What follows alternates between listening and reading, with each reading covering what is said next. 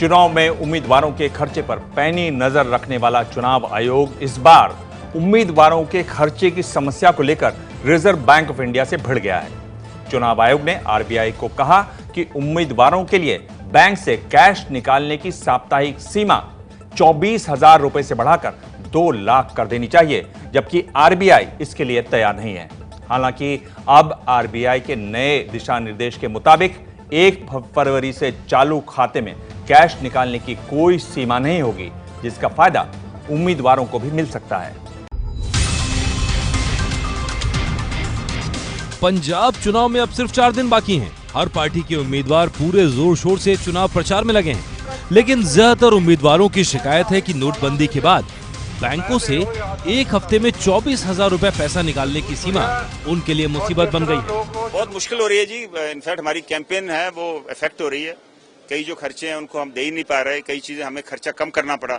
अगर आपने सोचा है कि कोई बोर्ड लगवाने हैं, कोई रोज का लेबर लगवाना है, जो पोस्टर्स लगवाएंगे, तो उनको हम सोच रहे हैं कि क्योंकि पैसे इतने हैं तो वो उतने कम पोस्टर लग रहे हैं, उतने कम बैनर लग रहे हैं, उतने कम बाकी जो कई बार गाड़ियों वाले वो कहते हैं जी हमें शाम को कैश चाहिए, वो नहीं दे पा रहे हैं। आप पेमेंट करने के लिए दिक्कत तो आ ही रही है। तो अब टैक्सी को पैसे देने, उसको शाम को एक टैक्सी आ गई है, उसको पैसे देने, तो पैसा कैश आपके पास नहीं है, उसके बाद बैंक अकाउंट नहीं होता, तो इसलिए दिक्कत तो आ रही है।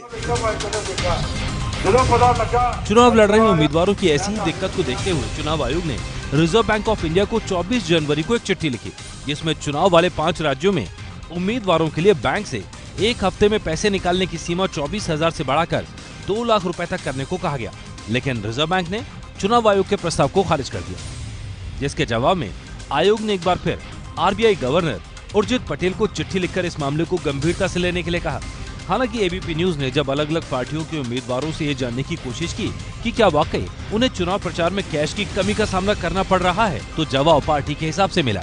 जैसे पंजाब में अकाली दल के उम्मीदवार का कहना है कि उन्हें कोई दिक्कत नहीं, तो यूपी में समाजवादी पार्टी के उम्मीदवार आरबीआई पर बीजेपी के इशारे पर काम करने का आरोप लगा रहे हैं।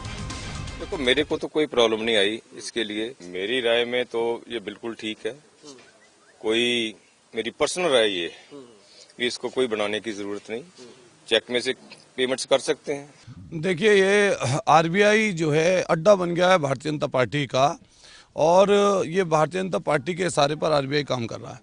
और मैं ये भी कहना चाहता हूँ इस मौके पर कि जब प्रधानमंत्री जी कानपुर रैली करते हैं तो वहाँ के एटीएम फुल हो जाते हैं, जब लखनऊ की रैली करते हैं तब पता नहीं कहाँ से आरबीआई के पास पैसा होता है और वहाँ के एटीएम फुल हो जाते हैं, वहाँ के बैंक फुल हो जाते हैं। मैं कहूँगा कि चुनाव आयोग बहुत तकड़ा स्टेप उठाए, मजबूत स्टेप उठाए आरबीआई के गवर्नर के खिलाफ, कि जो उनकी आज्ञा का भी, उनके आदेश का पालन नहीं कर रहा। 24,000 हफ्ते में आप चुनाव नहीं लड़ सकते, और चुनाव आयोग ने भी खुद 28 लाख रुपए की लिमिट रखी है, और हम 15 दिन का अगर हमारा चुनाव है तो हम चुनाव कैसे 24,000 करके आप मैक्सिमम 1 लाख रुपए निकाल लेंगे। 4 हफ्ते का भी चुनाव होता, मगर ये 2 हफ्ते के चुनाव में आप 50,000 में कैसे चुनाव लड़ लेंगे।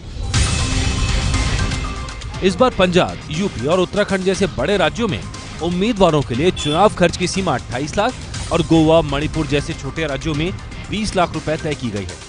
हालांकि एक बार में 20,000 रुपए से ज्यादा खर्च करने पर उम्मीदवार को चेक या नेट बैंकिंग से ही पेमेंट करनी होगी, और उम्मीदवार को चुनाव खर्च के लिए अलग बैंक खाता खोलना जरूरी है। आरबीआई ने चुनाव आयोग के निर्देश को भले ही सीधे तौर पर नहीं माना, लेकिन आज ये ऐलान कर दिया कि 1 फरवरी से चालू खाते से पैसा निकालने की कोई सीमा नहीं होगी, जिसके बाद आयोग चुनाव लड़ने वाले उम्मीदवारों को चुनाव खर्चे के लिए चालू खाता खोलने की सलाह देगा। यानी इस तरह से उम्मीदवारों के लिए बिना रोक टोक पैसा निकालने का एक रास्ता खुल जाएगा। मेरठ से रक्षित सिंह के साथ मोहाली से जैनेंद्र कुमार की रिपोर्ट।